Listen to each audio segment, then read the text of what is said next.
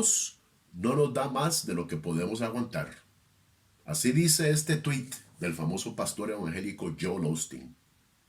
¿Cuántas veces no escuchamos el mismo mantra repetirse una y otra vez cuando estamos ante la presencia del sufrimiento y la desesperación?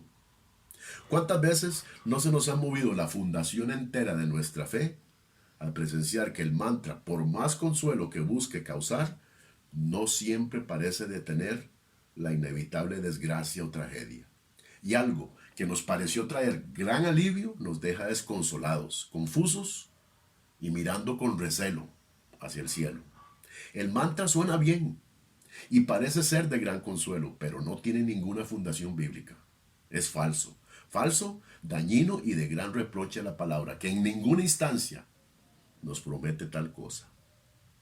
Las Escrituras nos advierte allá en 2 de Pedro 2:1 de que de nosotros mismos, de la misma iglesia, iban a salir falsos maestros. Así que no es de asombrarse si hay algunos tales llamados pastores y demás que estén divulgando cuentos.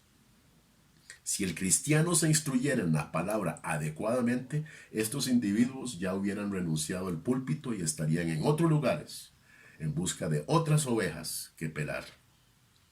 El mantra suena como que Dios me va a proteger del sufrimiento, como que no va a permitir un cáncer terminal, como que me va a guardar de la desesperación y devastadora angustia de perder a un ser amado. ¿Todo por qué? Porque estas son precisamente cosas que son más de lo que yo pudiese resistir. Dios, sin embargo, nos dice todo lo contrario. Es más, el mismo Jesús en Juan 16:33 da por un hecho que las aflicciones son parte de la vida. No nos vamos a escapar y nosotros todos somos susceptibles a ellos. Todos. El apóstol Pablo no era ningún extraño a las aflicciones y tribulaciones. El autor de más de un tercio del Nuevo Testamento nos declara una y otra vez en sus epístolas su abrumador enfrentamiento a las tragedias. En segunda carta de los Corintios, capítulo 1, del 8 al 9, nos informa: porque, hermanos, no queremos que ignoréis acerca de nuestra tribulación que nos sobrevino en Asia, pues fuimos abrumados sobremanera más allá de nuestras fuerzas, de tal modo que aún perdimos la esperanza de conservar la vida. Pero tuvimos en nosotros mismos sentencia de muerte para que no confiásemos en nosotros mismos, sino en Dios que resucita a los muertos. Aquí Pablo admite la abrumadora circunstancia en la que se hallaba. Nos dice que era más allá de sus fuerzas el soportarlo y que hasta la muerte creyó encontrar. Más adelante en la misma epístola, en el capítulo 12 y versos 7 al 9, Pablo nos confiesa de un mal físico que lo acechaba. Le llamaba un aguijón.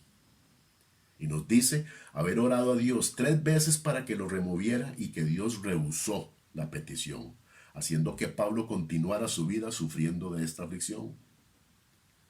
No encontramos evidencia alguna de la veracidad del mantra. Más bien, encontramos que se vuelve en un arma cruel que termina por ilusionar al ignorante con expectaciones irrealistas.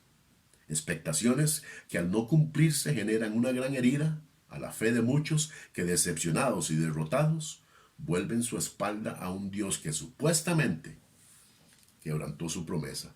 ¿Qué hacemos con Pablo, que eventualmente fue ejecutado por el Evangelio? ¿Falló su fe? ¿Y qué tal los otros apóstoles que fueron todos mártires por la causa del Evangelio? ¿Y qué tal los cientos de miles de mártires que durante siglos dieron sus vidas por el Evangelio? Familias enteras como espectáculo eran devoradas por bestias, decapitados, sometidos a insoportables torturas y persecuciones, quemados vivos en hogueras, ahogados y ahorcados.